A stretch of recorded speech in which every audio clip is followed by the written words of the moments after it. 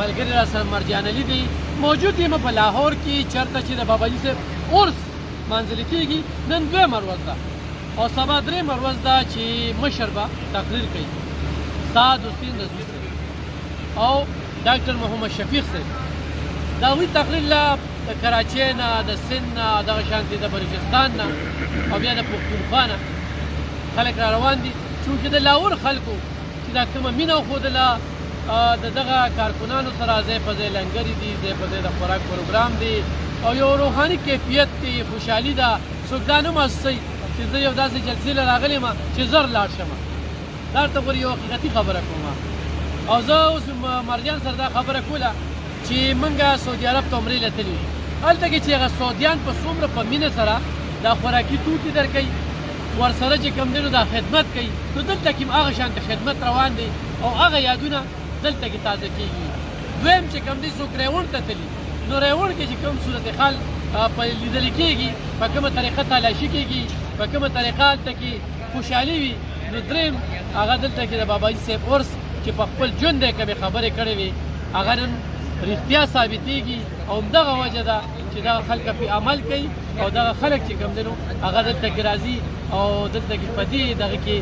شرکت کوي عبدالرحمن نظامي صاحب مو لیدم چې هغوی هم تقریر وکړو په اردو ژبه کې وکړو ما نه پېژانده چې یاره دا د کومې سیمې دی خو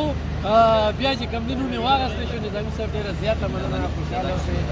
تقریر مو په زموږ امیر صاحب تقریر کړی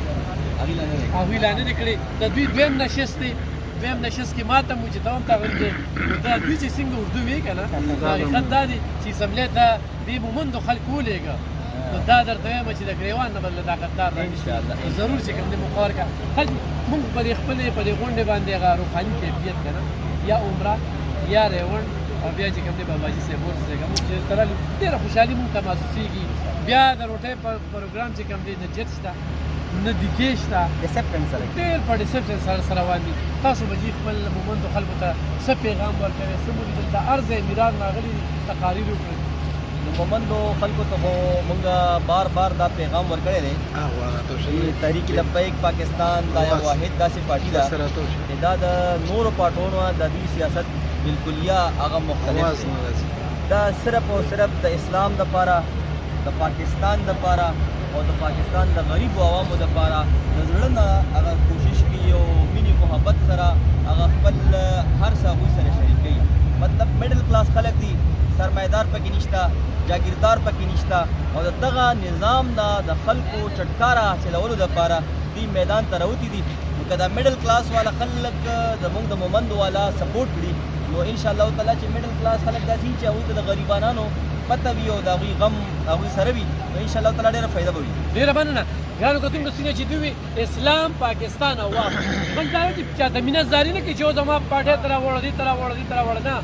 دې پارټۍ کې قرباني ده او څوک ځان له آخرت ښه کوي نو هغه مرجانه تحریک لبیک زموږ ضلعي امیر هم موجود دی څه به وایې تقریبا دې پسې بسلام خان صاحب د خبرو نه چوڼ خو دا چې تاسو او مرجان علي صاحب دي په خپلو سترګو باندې د مشاهدین هر څه وویستل که د سټیج انتظامیه ګورې که د لنګر او د خوراک سلسله ګورې او که پینډال ته د راتګ انتظامیه ګورې نو دا ستاسو د خپلې خولې خبرې دي چې پولیس ته بالکل ضرورت هم نه دی پرېښی الحمدلله نه چا سره بد اخلاقي شته نه چا لدیکه شته په هر صورت کې دې ته وایي د باباجي امیر المجاهدین تربیت او دې ته وایي حق پرستي او الحمدلله څنګه چې موږ ناست شو بطور د یو ضلعي د یو خادم یا بطور د یو عام کارکن دغه شان را سره مرکزي عمرا هم ناست دي ارکان شورا هم ناست دي په دغه سلسله کې خپل اهل چارسده ته دا پیغام ورکوم چې تمامي عمر مو د دغه خلکو په ګوټ کې تېر کړو کوم خلک چې تاسو ته په میاشتو باندې د ملاقات دپاره ټایم هم نه درکوي هغه مذهبي خلک هغه مفاد پرسته خلک هغه د قومیت په نوم باندې سیاست کوونکي خلک یو طرف ته الحمدلله دا مرد کلندر یو درویش بل طرف ته پیغام مې دا دی چې راشئ اوس هم وخت شته د حضور علیه الصلاة وسلام دین تخت راوستو دپاره خپل سترې شاملې کړې زما یقین دی الله به دین او دنیا دواړه ښایسته ډېره زیاته مننه ګرانو کتونکو لویوالې پکې نشته